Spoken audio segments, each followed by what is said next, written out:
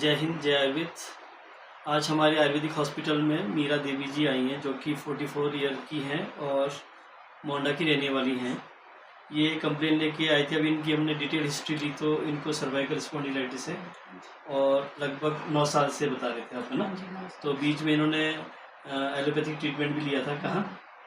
शिमला में। तो उस टाइम उन्होंने इंजेक्शन वगैरह लगाए थे, काफ़ी समय तक ठीक रहा। फिर 3.5-4 साल तक ठीक रहा। अब फिर से शुरू होने लगा। तो फिर उसके बाद इन्होंने बीच में कोई आयुर्वेदिक हॉस्पिटल भी दिखाया था सोलन में, है ना, दीनदयाल में दिखाया था। कब?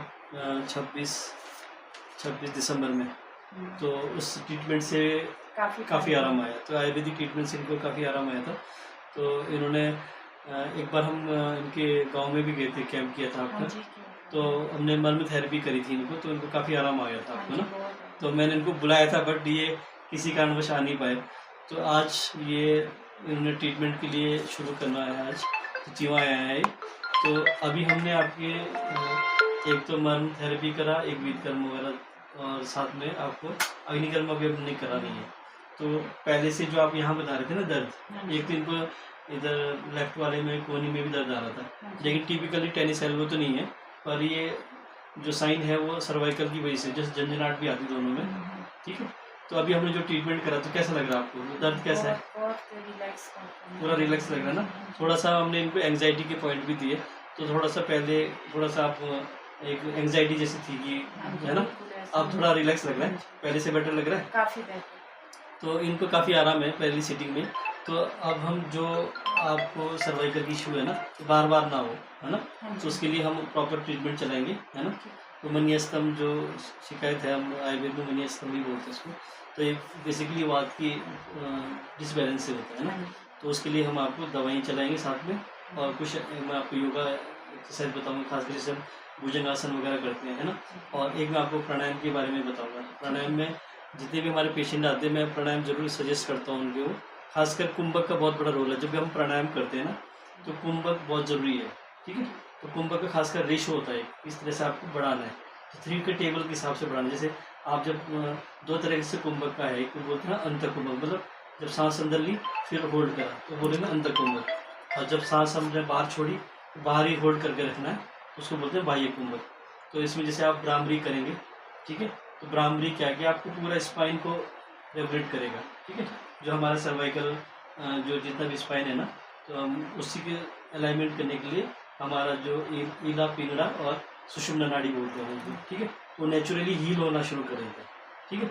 होता क्या, प्राण का कहीं ना कहीं डिसबैलेंस है, या वात का डिसबैलेंस की वजह से हम उसको प्राणायाम के सहारे भी हम उस चीज़ को आप करोगे तो जल्दी रिकवरी होगी। ठीक है।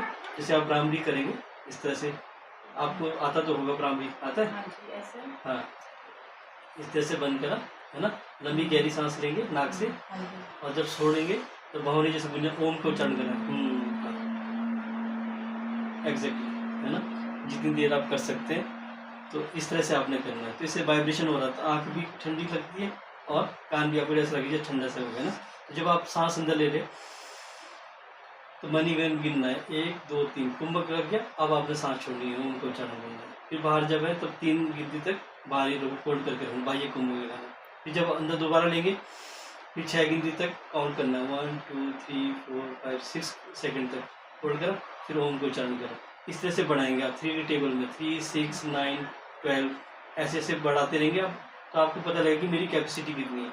तो हम जब हम कुंभक को करेंगे जितना ज़्यादा ना, उतने आपको प्राण, जितने हमारे जहाँ जहाँ भी प्राण पहुँच नहीं पा रहे, मतलब ऑक्सीजन नहीं पहुँच पा रही है, उसको रेनोवेट करने के लिए प्राणायाम का मतलब ही होता है प्राणों को विस्तार करना, है ना। तो कुंभक का बहुत बड़ा रोल है।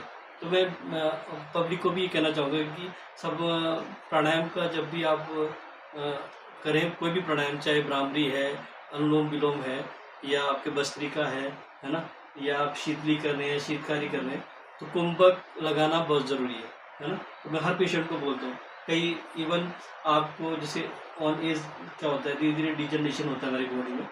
तो जो हम जब प्राणायाम करते हैं ना, कहते हैं ना प्राण चले गए, इसके अंदर तो प्राण ही नहीं है। तो प्राण का ही मेन रोल है ना।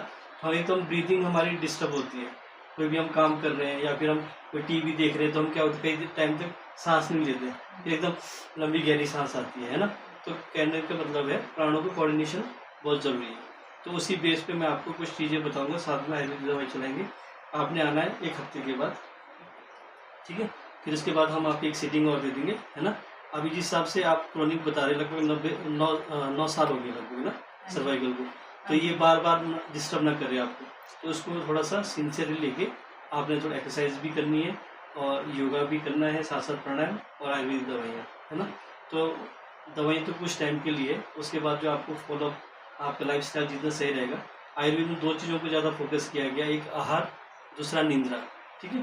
तो अगर आपका खाना प्रॉपर नहीं है, टाइमिंग सही नहीं है, तो भी आपको मेटाबॉलिक डिसऑर्डर होने से बहुत सारी चीज़ें आ जाएंगी। दूसरा आपका नींद बहुत ज़रूरी है ना, उस वजह से भी आपके डिस्टर्बेंस बढ़ जाते हैं, मेटाबॉलिक डिस्टर्बेंस बढ़ेंगे, हार्मोनल डिस्टर्बेंस आ जाएगा।